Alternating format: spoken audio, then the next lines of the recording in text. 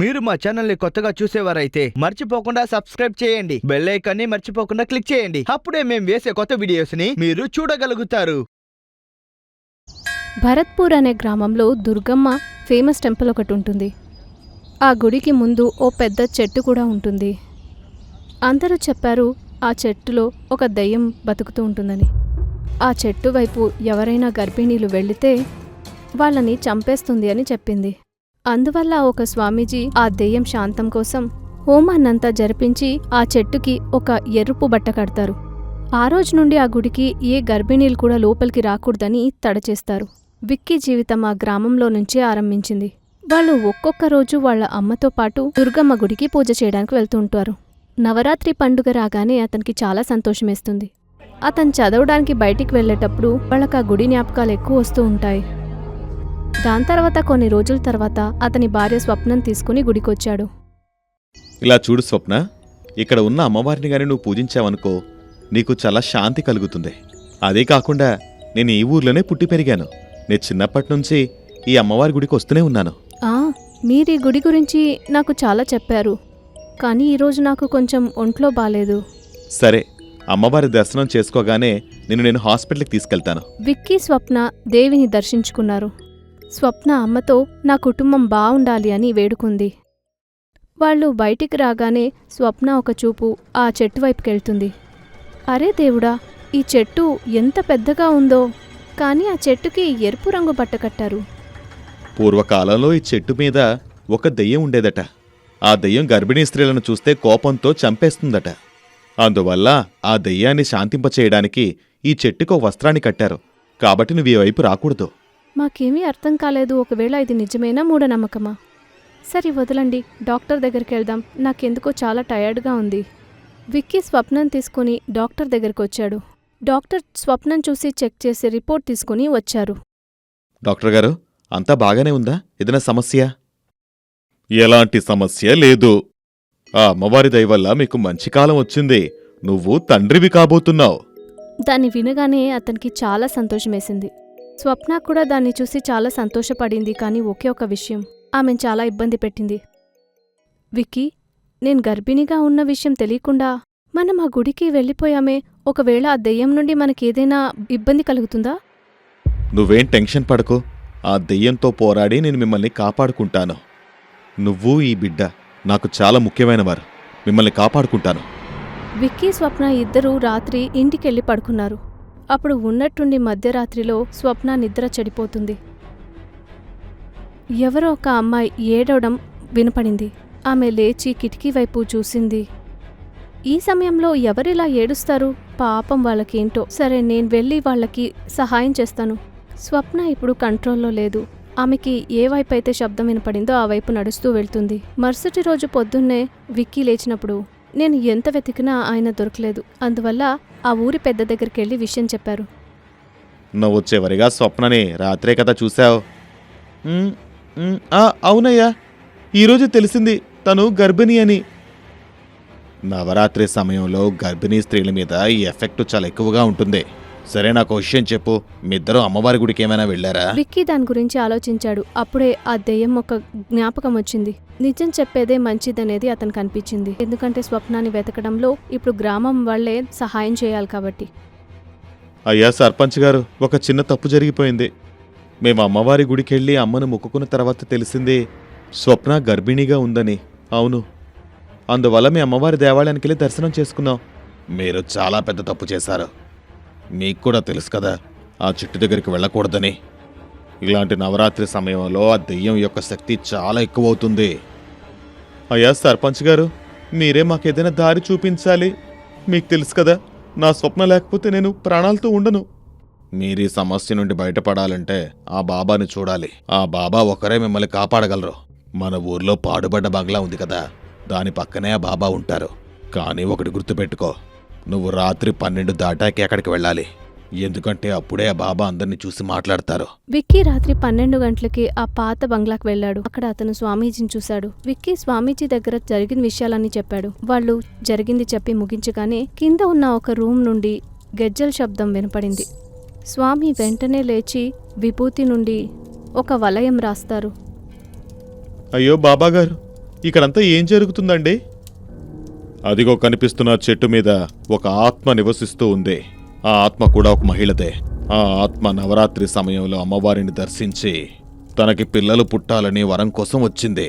సరిగ్గా నవరాత్రి సమయంలో ఆవిడ 6 నెలల గర్భిణీగా ఉంది.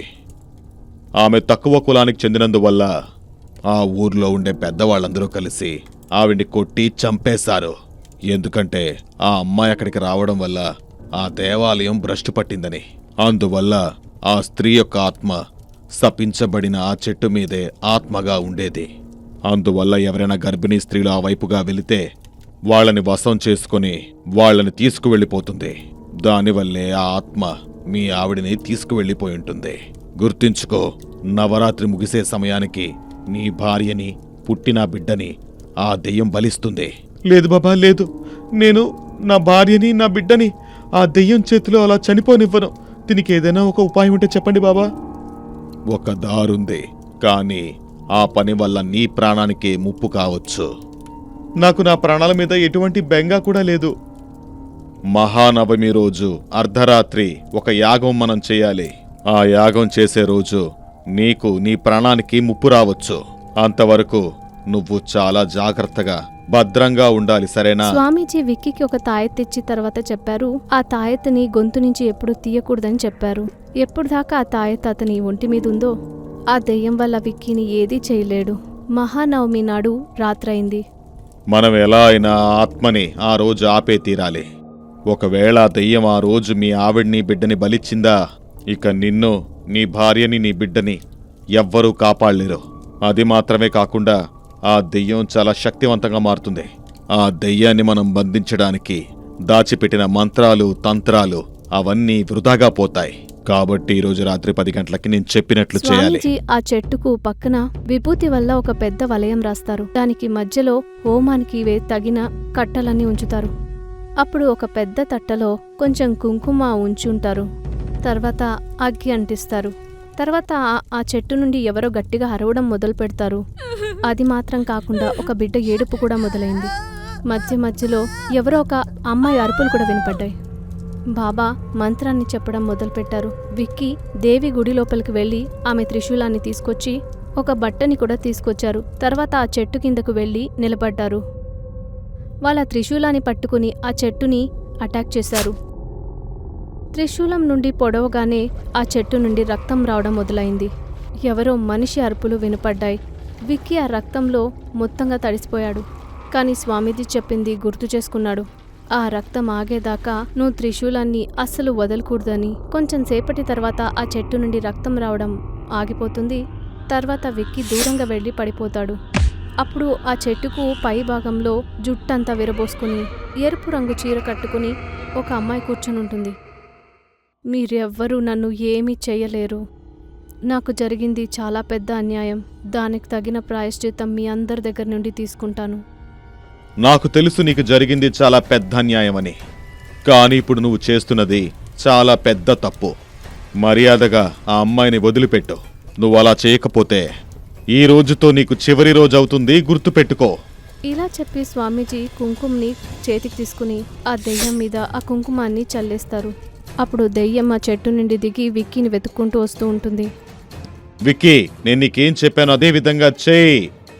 విక్కీ వెంటనే వాళ్ళ అమ్మగారి చేతిలో ఉన్న బట్టని ఆ దెయ్యం మీద విసిరేశాడు. దాని తర్వాత ఆ స్వామీజీ ఇచ్చిన తాయెత్తుని వెంటనే ఆ దెయ్యం చేతిలో కట్టేశాడు. దాని తర్వాత ఆమె చేతుల్ని కట్టేసి లాక్కుని వస్తాడు. ఆ హోమగుండంలోకి విసిరేస్తాడు. ఆ అమ్మాయి అక్కడే కాలి బూడిదైపోతుంది.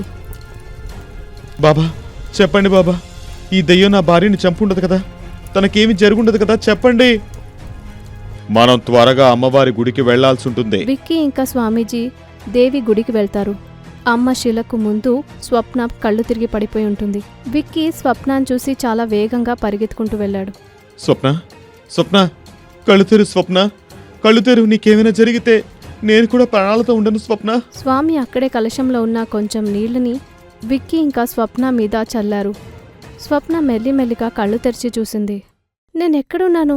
నేనేమో ఇప్పుడే డీప్ స్లీప్ నుండి లేచినట్టు అనిపిస్తుంది. స్వప్న, స్వప్న, నీకేం కాలేదు కదా? స్వప్న, దేవుడి దయ వల్ల, అమ్మవారి దయ వల్ల, బాబా దయ వల్ల మనం ఆ దెయ్యాన్ని చంపేశాం. ఆ రోజు రాత్రి ఎవరో ఏడ్చే శబ్దం వినపడింది. వాళ్ళకి సహాయం చేయడానికే నేను వెళ్ళాను. అప్పుడే నాకు తెలిసింది నేను చేసింది చాలా పెద్ద తప్పని. దాని తర్వాత ఏం జరిగిందో తెలీదు. నువ్వేం టెన్షన్ పడకు స్వప్న.